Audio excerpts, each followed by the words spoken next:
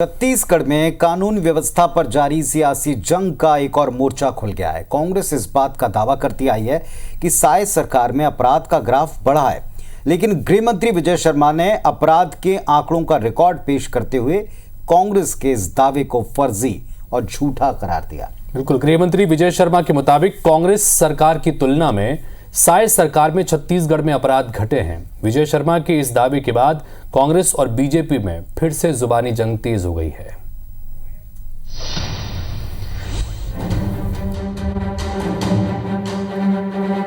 बंद करो, गुंडागर्दी नहीं चलेगा।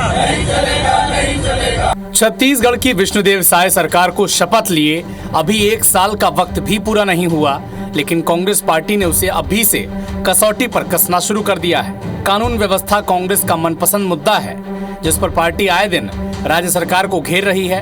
कभी विधानसभा का घेराव किया जा रहा है तो कभी सदन में गर्मा गर्म बहस। इस सियासी तकरार के बीच कांग्रेस ने सरकार पर एक नया आरोप लगा दिया कि राजधानी रायपुर अब चाकूपुर हो चुका है। अपराध के मामलों में रायपुर शहर की स्थिति बद से बदतर हो गई है। यहाँ सुबह चैन स्नैचिंग होती है, दोपहर में लूट होती है और रात को डकैती होती है। और रायपुर जो है उसका नाम चाकूपुर हो गया है। सवेरे से रात तक इतनी चाकूबाजी होती है। कांग्रेस के इन आरोपों पर साय सरकार भी अपराध के आंकड़ों का ब्यौरा लेकर हाजिर हो गई। कांग्रेस को आईना दिखा दिया और अपराध के आंकड़ों के मुताबिक साल 2021 में 1 जनवरी से 30 जून के बीच हत्या के 503 मामले दर्ज हुए, जबकि 2022 की इसी अवधि में 510 केस और 2023 में 500 मामले दर्ज हुए थे। तो वहीं साय सरकार के दौरान 2024 की इसी अवधि में 1 जनवरी से 30 जून के बीच हत्या के 499 केस दर्ज हुए हैं। यानी कांग्रेस सरकार की तुलना में साय सरकार में कम या लगभग बराबर अपराध की घटनाएं हुई हैं। इसी तरह दुष्कर्म के मामलों की बात करें तो साल 2021 में 1 जनवरी से 30 जून के बीच दुष्कर्म के 1474 मामले दर्ज हुए, जबकि 2022 में 1655 केस और 2023 में 1294 मामले दर्ज हुए। तो वहीं 2024 में साय सरकार के दौरान 1 जनवरी से 30 जून के बीच 1291 केस दर्ज हुए हैं, जो कांग्रेस कार्यकाल से काफी कम है।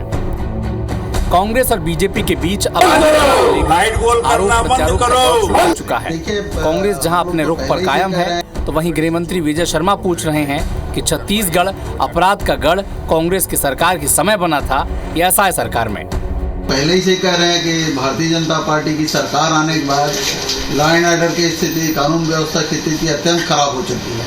अब आप देख लीजिए, प्रदेश के पूर्व मुख्यमंत्री हैं, उनको जेट सिक्योरिटी है और उनके काफिले को जो गुंडे लोग हैं वो रोक लेते हैं। और इस तरह की घटनाएं अगर हो रही है तो निश्चित रूप से बहुत गंभीर मामला है। जनवरी से जून 2021, 2022, 2023 और 2024 इसमें सारे अपराधों को अगर आप देखेंगे, ये तो आंकड़े हैं, मैं नहीं बोल रहा हूँ, ये आंकड़े बोल रहे हैं। तो 21, 22, 23 में ये सारे अपराध ही जनवरी से जून के बीच में ज़्यादा थे और अभी कम है। लेकिन कम है तो हमारे लिए संतुष्टि का विषय नहीं है। जो आपकी चिंता है वो सरकार की भी चिंता है, समाज की भी चिंता है। अपराध से जुड़े तथ्य, आंकड़े और बयान आज सबके सामने, लेकिन राजनीति में अक्सर इन बातों को परे रख दिया जाता है। सियासत चीज ही ऐसी है जहां विपक्ष अक्सर किसी न किसी मुद्दे पर सत्ता पक्ष पर हावी होने की कोशिश करता है, तो वहीं सत्ता पक्ष भी विपक्ष को काबू करना चाहता है। देखना यह है कि आंकड़ों के सामने आने के बाद कांग्रेस और बीजेपी में जारी कानून व्यवस्था पर जारी जंग कौन सा मोड़ लेती है। राजेश राज, IBC 24, रायपुर।